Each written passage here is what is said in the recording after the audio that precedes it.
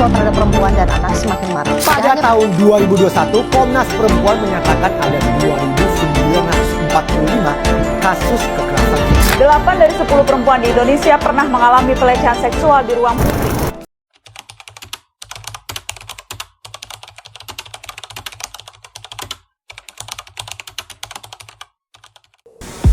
Halo teman-teman Vokaci, kenalin nama aku Akten Rafika. Kalian boleh panggil aku Anida atau Nida. Ini aku akan membahas suatu topik yang sangat-sangat penting ini. Sini. Dibanding topik kekerasan terhadap perempuan dan anak, tak lain seperti topik berikut selalu terjadi sejak dahulu dan ketahui problem yang lama. Seperti kita ketahui bahwa keamanan perempuan dan anak cenderung mengkhawatirkan, sebab mereka selalu ditempatkan di posisi yang rentan. Apalagi perempuan itu sendiri yang terkadang sulit mencari keadilan yang benar karena diremehkan. Terutama jika masalah yang dihadapi adalah kekerasan, umumnya yang disalahkan akan selalu pihak perempuan dan anak-anak, sebab mereka tidak melawan. Tentu sangat resah melihat hal itu. Maka berdasarkan data yang dapat kita ketahui bahwa tahun 2023 tercatat ada 33 kasus kekerasan terhadap perempuan dan anak-anak. Sementara dari Mei 2024 ada 23 kasus. Jika dibiarkan, perempuan tidak mungkin menjadi cerah, menentukan femisida atau pembunuhan karena kebencian pada perempuan dan simpan femisida atau pembunuhan karena kebencian pada anak-anak, terutama bayi. Tentu saja hal ini sangat tidak bisa dibiarkan. Di sini kita perlu memperhatikan sekitar, selalu menjaga dan bisa memanusiakan manusia agar fenomena seperti ini tidak semakin terjadi. Halo Kang Teteh, perkenalkan saya Nabila Safa Lasmana dari kelompok 15 Pasumahi. Di sini saya akan menjelaskan kembali pengertian terkait kekerasan terhadap perempuan dan anak. Kekerasan adalah tindakan kekuatan fisik secara sengaja atau perbuatan nyata terhadap seseorang atau suatu kelompok yang dapat menyebabkan cedera, kerusakan, penderitaan fisik, psikologis, atau emosional. Kekerasan terhadap perempuan dan anak juga dapat diartikan sebagai tindakan yang bisa menyebabkan cedera fisik, psikologis, atau seksual terhadap perempuan dan anak. Maka dari itu, kekerasan terhadap perempuan dan anak merupakan suatu bentuk pelanggaran hak asasi manusia yang dapat memiliki dampak berkepanjangan terhadap korban. Assalamualaikum warahmatullahi wabarakatuh. Perkenalkan, saya Rizka Rahaykusuma dari kelompok 12 Pasumahi. Di sini saya akan menjelaskan tentang puncak konflik dari masalah kekerasan pada perempuan dan anak berdasarkan data-data yang relevan.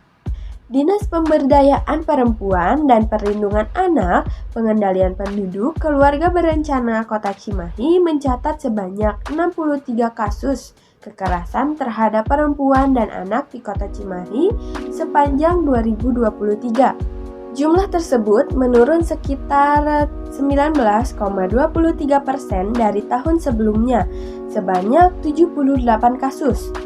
Sejak 2024, Dinas Pemberdayaan Perempuan dan Perlindungan Anak, Pengendalian Penduduk, Keluarga Berencana menangani 28 kasus kekerasan terhadap perempuan dan anak.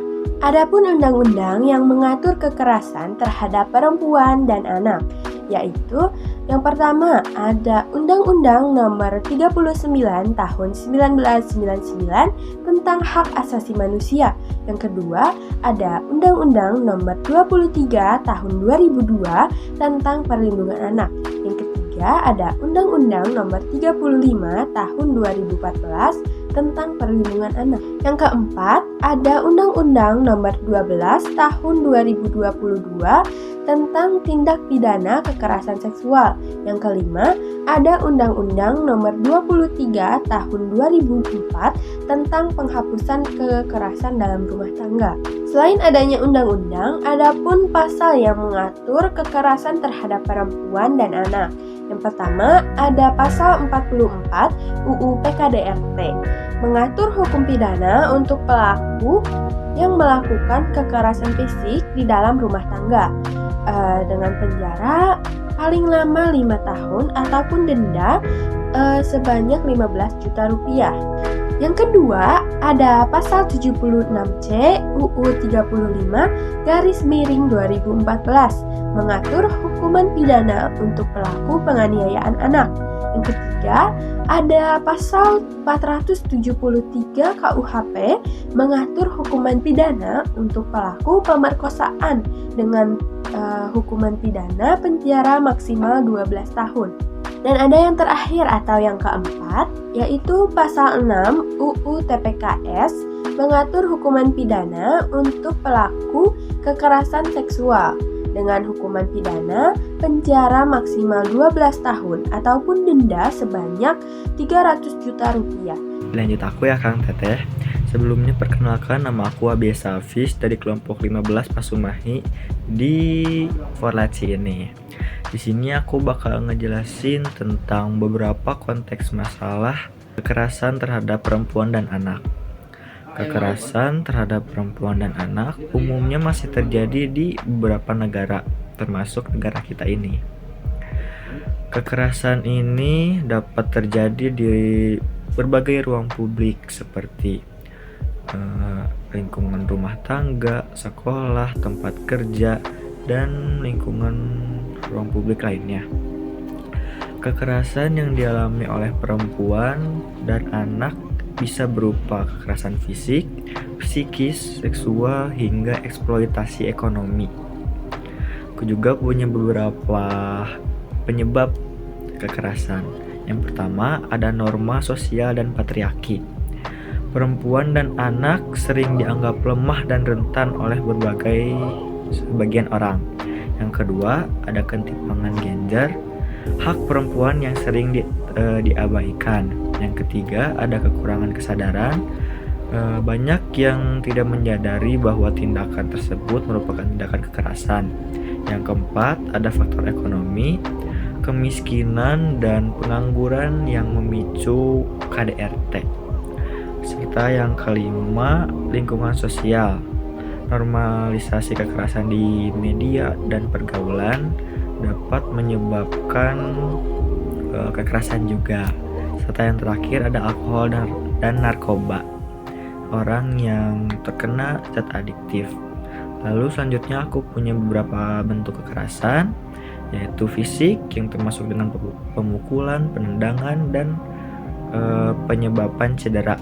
Yang kedua ada psikis, yang ketiga ada seksual, dan keempat ada ekonomi yang membatasi akses keuangan atau eksploitasi anak. Oh iya, ada satu lagi, penelantaran yang tidak memenuhi kebutuhan dasar anak. Assalamualaikum warahmatullahi wabarakatuh. Halo Kang-Teteh semuanya, sebelumnya izinkan saya memperkenalkan diri. Nama saya Heba Sonia Muna dari IMAN Kota Cimahi, dan saya berasal dari kelompok 15 Pasumahi. Jadi di sini saya akan menjelaskan tentang dampak-dampak yang didapatkan oleh korban kekerasan, terutama terhadap anak dan perempuan. Jadi kekerasan terhadap anak dan perempuan sangat berdampak luas secara fisik, psikologis, serta sosial. Yang pertama ada dampak secara fisik. Yang pertama juga cedera fisik, bisa patah tulang, memar, luka-luka, dan cedera fisik lainnya. Yang kedua, masalah pada kesehatan jangka panjang, penyakit menular seksual, komplikasi kehamilan, serta gangguan reproduksi. Yang ketiga, jika kekerasan sudah masuk tahap berat, maka dampak yang akan dialami oleh korban itu bisa cacat permanen atau bahkan sampai kematian. Yang kedua, ada dampak secara psikologis. Yang pertama, bisa trauma psikologis, depresi, dan cemas secara berlebihan. Yang kedua, kehilangan jati diri, percaya diri, bahkan harga diri. Yang ketiga, sering mengalami mimpi buruk dan tidur terganggu. Yang keempat, kehilangan konsentrasi dalam beraktivitas. Dan yang terakhir, ada dampak secara sosial. Hubungan keluarga yang terganggu, termasuk alienasi dari keluarga, teman, bahkan masyarakat. Sekian materi yang bisa saya sampaikan. Mohon maaf atas kekurangannya. Wassalamualaikum warahmatullahi wabarakatuh. Ini dia 8 cara pencegahan kekerasan terhadap anak yang dapat dilakukan oleh orang tua. Yang pertama adalah menjadi orang tua yang pengasuh. Yang kedua, menjamin keselamatan dan keamanan anak. Yang ketiga adalah mengetahui bentuk-bentuk kekerasan fisik yang terjadi pada anak. Yang keempat adalah mengetahui dampak negatif kekerasan pada anak. Yang kelima adalah stop menormalisasi mendisiplinkan anak sesuai mood keinginan kita. Yang keenam adalah mengetahui kapan waktu yang tepat untuk kita mencari bantuan orang lain. Yang ketujuh adalah menghindari emosi dan temukan solusi. Dan yang terakhir adalah mendukung program pencegahan kekerasan terhadap anak. Lalu, sebagai korban, kita harus bersikap seperti apa? Halo semuanya, kenalin aku Balkis Azra Zakia. Aku mau ngejelasin lagi kesimpulan dari materi ini.